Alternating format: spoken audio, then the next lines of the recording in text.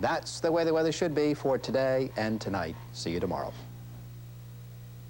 Just ahead, a report on a rabbi whose congregation is hundreds of miles wide. Now, 8 minutes before the hour. Reviewing the morning headlines, Secretary of State Muskie is in Brussels for the annual NATO Foreign Ministers meeting. This year's meeting is dominated by the Soviet threat to Poland. John Lennon's widow, Yoko Ono, says there will be no funeral for her husband. She says she's planning a public silent vigil for followers to pray for him. In the great cities of the country, the 8 candles of the menorah were all lighted last night. Today is the last day of Hanukkah, the end of the Jewish festival of lights. There are some parts of this country, however, where it's a long way between menorahs. This area of the country is a religious area. Religion is important. Clergyman is respected. I feel very pleased about that because what I do seems to count. All religious people of goodwill are accepted. I think it makes it easier in some ways to be Jewish here. Here is South Dakota and a corner of southwestern Minnesota. You'd have to say that Rabbi Steve Forstein's congregation is scattered. He is the only rabbi in 60,000 square miles. A 44-year-old rabbi born in the Bronx can feel a little lonely walking down the main street of Marshall, Minnesota. All Christmas decorations. No sign that this is Hanukkah.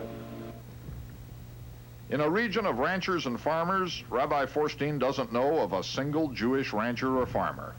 His congregation is one Jewish family here, another 100 miles away, another 2 or 3 in the next 200 or 300 miles. 1/10 of 1% of the population out here is Jewish. How many of you know someone that's Jewish? No one. Okay, very interesting.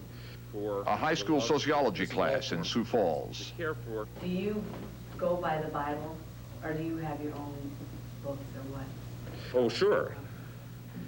You got it from us. The area is so heavily Christian that sometimes in schools and in general culture, Christian themes creep in so that makes some things hard to explain to children. Explaining to children. Explaining to Jewish children where he finds them.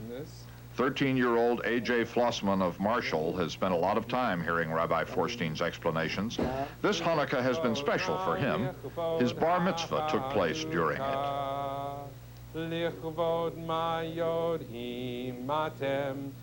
The rabbi traveled 95 miles from his temple in Sioux Falls to celebrate an evening Hanukkah service with Ev Flossman's family and to give A.J. his bar mitzvah lesson.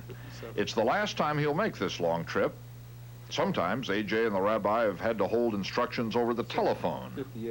It's very easy here in rural part of America, where Jews and others are thinly spread, to let go of these kinds of things. And when Jews let go of the symbols of Jewish life, eventually they slide into homogeneity, as it were.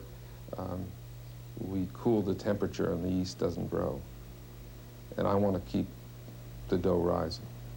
Rabbi Forstein has a special recipe for keeping the dough rising. Traveling and reaching out to people in remote areas are the key ingredients. He travels 600 to 800 miles most weeks. Too many. Luckily, he also happens to be a light bulb salesman. Now on the energy saver bulb, Selling light bulbs is an economic necessity for the rabbi. Selling them to school principal Arnold Smith takes him within a few miles of A.J. Flossman's house and makes it possible for this week's bar mitzvah lesson to be given in person instead of over the phone. All this is what Stephen Forstein calls making a virtue out of a necessity. The fact that the rabbi also sells light bulbs has caused a serious controversy among the more traditional members of the 60-year-old congregation.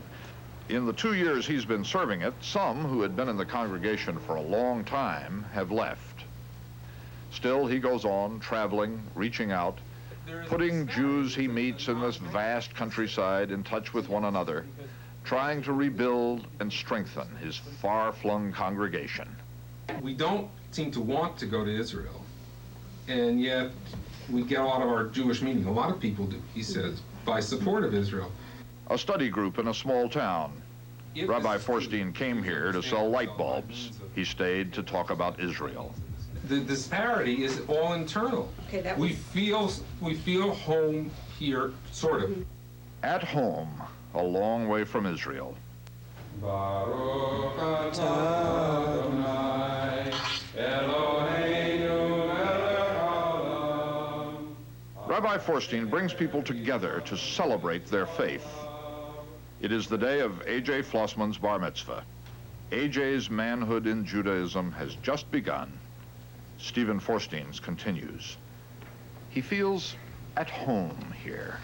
Adon olam, asher malach, b'terem kol yitzir nivra, v'yesh nasa, b'chefza kol. Azay melech shemo nikra adon olam, v'hu eili, v'chai goali, v'tzorchem le'vi yitzara adon olam, v'hu nisi, u'man nosli, menarkosi v'yom mikra adon olam, adon olam, asher malach. And we'll see you tomorrow.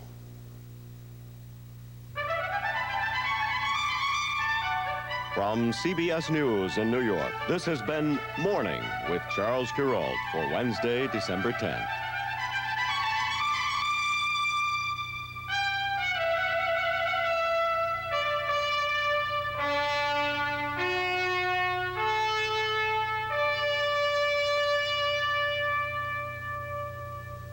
The Middle East, Middle Europe, Iran. Stay on top of the world's trouble spots tonight on the CBS Evening News with Walter Cronkite. This is CBS.